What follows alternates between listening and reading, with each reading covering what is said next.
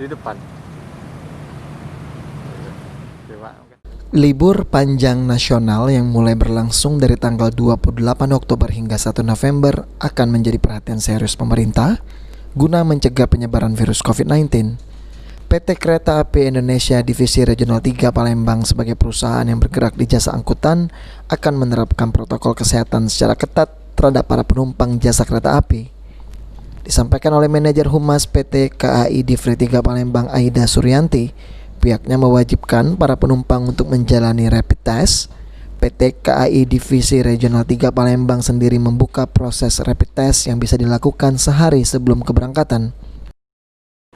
Menjelang libur cuti bersama nanti, PT KAI Divri 3 Palembang menghimbau kepada calon penumpang apabila ingin melakukan rapid test di stasiun untuk melakukannya pada H-1 keberangkatan.